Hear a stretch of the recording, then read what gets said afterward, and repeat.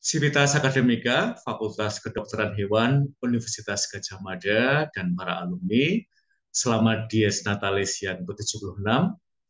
Saya Mutiara Andalas, dosen dari Prodi Pendidikan Keagamaan Katolik, Universitas Sanata Dharma, sangat terhormat mendapatkan kesempatan untuk berbagi gagasan dengan tema Hewan Demi Berlangsungnya Kehidupan.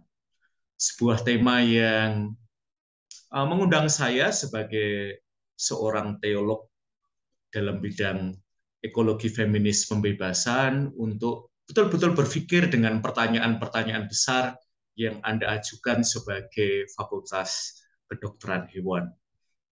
Dari hewan peliharaan sampai pada tempat hewan di dalam tata ekologi kita, terutama ketika kebutuhan manusia akan alam itu semakin meningkat dan bahkan barangkali sampai tingkat agresif terhadap spesies-spesies yang ada di alam.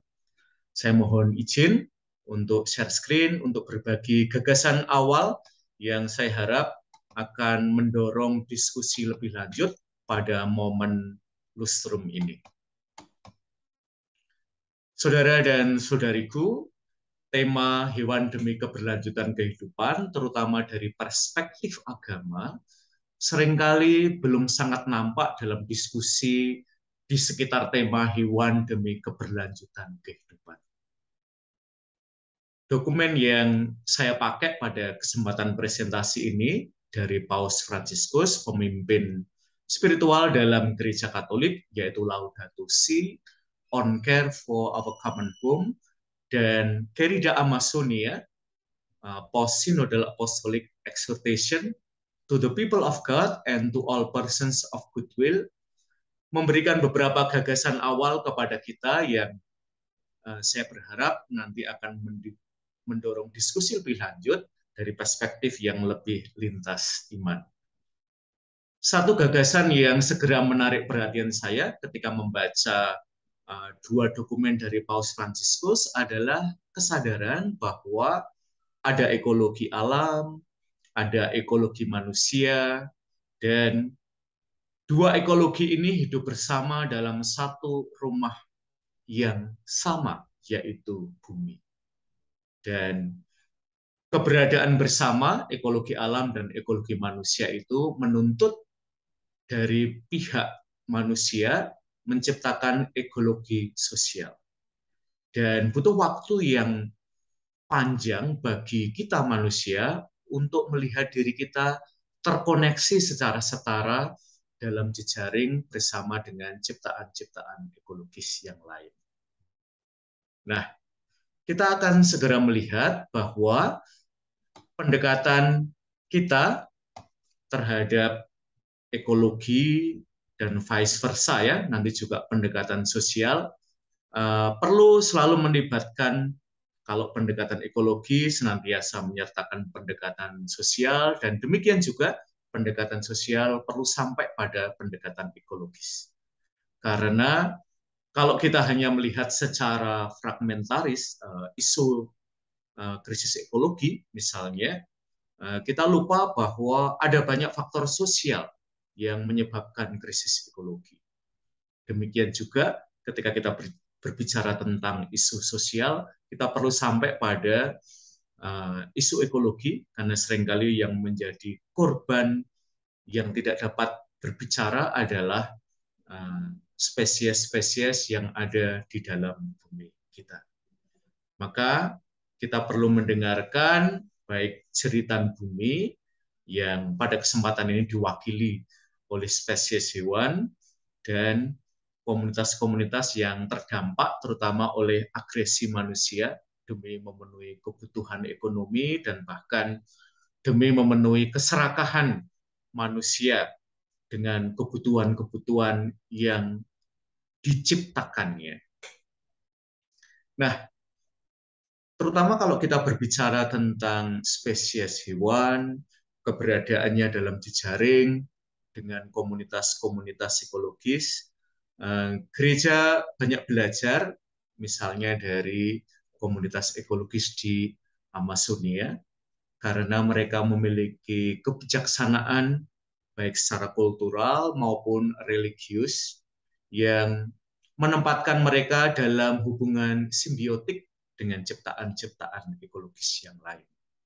Dan hubungan yang simbiotik ini menurut saya yang hilang juga dalam hubungan agama dengan ekologi ketika kita memberikan sentralitas bahkan sentralisme pada manusia. Gagasan antroposentrisme dan yang kemudian juga diadopsi dalam bidang-bidang non-religius, salah satunya adalah ekonomi, itu menjadikan alam ya termasuk hewan itu sekedar sebagai resources, sebagai sumber daya yang bisa kita korbankan demi kepentingan ekonomi manusia. Dan kalau kita membicarakan hewan demi keberlangsungan kehidupan, menurut saya ada beberapa isu yang baik untuk kita bicarakan lebih lanjut dalam lustrum ini. Yang pertama adalah konteks global bahwa bumi mengalami perubahan iklim yang pada level ekstrim. Terutama kalau kita melihat pada negara-negara yang sedang berkembang, termasuk Indonesia, bahwa ekonomi kita masih banyak bergantung pada cadangan alam dan jasa ekosistem. Kita masih banyak berharap pada sektor pertanian, perikanan, dan kehutanan. Dan kalau kita melihat banyak literatur di sekitar tema itu, kita akan melihat bahwa kerusakan ekologi sudah di ambang batas, bahkan sudah di atas ambang adaptasi ciptaan ekologis untuk dapat survive. Maka ketika kita bicara tentang migrasi manusia, terutama mereka yang tersingkir dari tanah, dari bumi mereka hidup, dokumen Querida Amazonia dan juga Laudato Si mengundang kita untuk melihat bahwa selain migrasi manusia, kita juga melihat migrasi tumbuhan, dan yang kita bicarakan pada pagi hari ini adalah migrasi hewan. Nah, ada satu gagasan yang menurut saya menarik untuk kita mainstream ya di dalam diskusi ini yang kita sebut dan kemudian digarisbawahi oleh Paus Fransiskus sebagai globalisasi paradigma ekonomis. Karena dampaknya adalah pada kepunahan spesies termasuk hewan. Ketika spesies hewan itu kita perlakukan atau manusia ekonomi perlakukan sebagai sumber daya untuk tidak hanya kita eksplorasi, melainkan kita eksploitasi sampai sehabis-habisnya. Kita betul-betul menguras karena kita memandang alam termasuk hewan sebagai sumber daya yang dapat kita eksploitasi. Dan dampak dari globalisasi paradigma ekonomis itu sangat kentara, yaitu pada kepunahan ribuan spesies hewan dari bumi yang bahkan dalam beberapa studi itu setiap tahun jumlahnya ribuan. Nah, mengapa menurut saya tema yang ditawarkan di dalam seminar nasional ini sangat menarik? Karena mengundang kita untuk menyadari bahwa seringkali hewan itu dieksklusikan dari dampak ekologis akibat eksploitasi ekonomi manusia yang oleh Paus Fransiskus disebut dengan globalisasi paradigma ekonomis. Kita mulai menyadari, kita mulai menginklusikan dampak kerusakan ekologis pada tanah, pada air, pada udara, dan kita perlu menginklusikan juga spesies hewan di dalam pembicaraan kita tentang dampak globalisasi paradigma ekologis dalam kepunahan spesies hewan. Maka ketika kita berbicara tentang koridor ekologis yang membentengi ciptaan-ciptaan ekologis yang paling lemah, yang paling rentan terhadap eksploitasi, maka kita perlu menginklusikan semua yang terdampak, termasuk mereka yang seringkali gampang tidak terlihat. Misalnya, dampak dari krisis ekologi, terutama pada masyarakat-masyarakat yang banyak bertumpu pada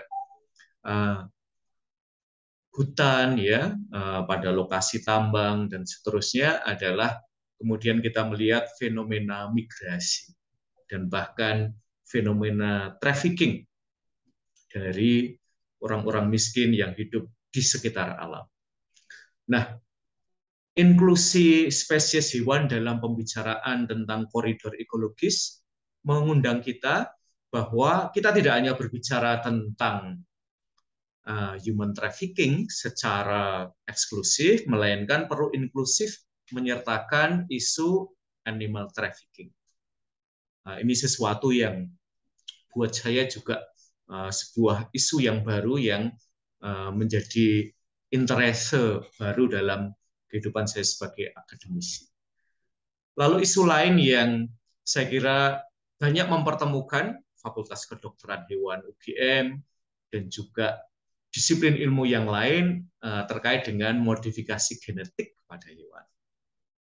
Dan kita perlu discernment in common, kita perlu berbicara yang melibatkan semakin banyak pihak yang terkait, yang terdampak dengan isu ini, terutama terkait dengan domestifikasi spesies hewan. Lalu yang kedua, persilangan spesies hewan. Dan tentu kasus-kasus modifikasi genetik lain yang ada di Fakultas Kedokteran Hewan UGM dan para alumni memiliki kepakaran atasnya. Maka dua dokumen yang ditawarkan oleh Paus Fransiskus terutama mengundang kita untuk memberikan perhatian pada perlindungan spesies-spesies yang seringkali tidak terlihat di dalam bahaya kepunahan. Paus menyebut jamur, lumut, cacing, serangga, reptil, dan aneka mikroorganisme yang lain. Dan beberapa jumlah spesiesnya tidak terlalu banyak dan bahkan sulit kita lihat. Sementara kita melihat, ya, terutama ada agresi manusia di alam, terutama dengan industri pertambangan, energi, perkayuan, dan industri lain yang menyebabkan kepunahan spesies. Ketika mengeksploitasi spesies hewan secara komersial, manusia mengabaikan kerentanan spesies mengalami kepunahan dan ekosistem mengalami keguncangan.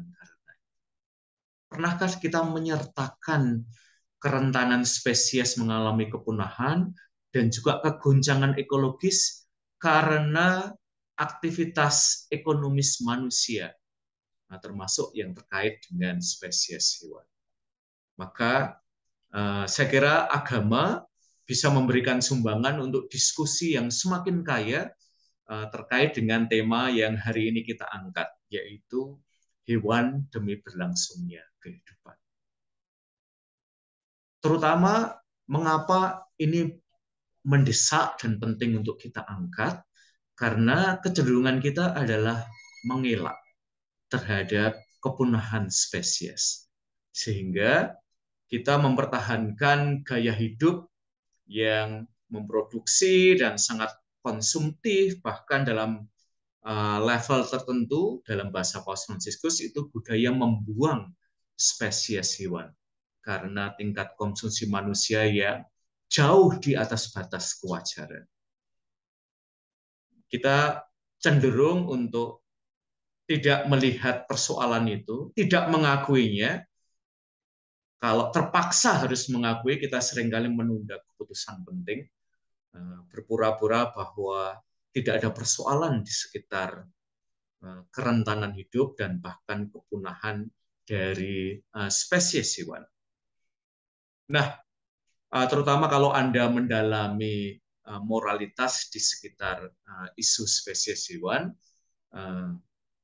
ketika Paus Fransiskus itu menyebut alam sebagai saudari, kita juga diundang oleh Paus Fransiskus untuk melihat spesies hewan memiliki nilai intrinsik dalam dirinya sebagai ciptaan Allah dalam jejaring dengan persaudaraan ekologis. Saya ingin menutup insight awal untuk diskusi lebih lanjut dalam presentasi ini dengan sebuah kutipan dari kitab suci yang disampaikan oleh Yesus tentang hubungan manusia dengan alam dan betapa spesies hewan itu punya tempat istimewa dalam tata ekologi kita. Bukankah burung pipit dijual 5 ekor 2 duit? Sungguh pun demikian, tidak seekor pun daripadanya yang dilupakan Allah. Dari Injil Lukas ayat 12 sampai 6. Terima kasih atas perhatian Anda. Dan kita akan melanjutkan dengan diskusi bersama.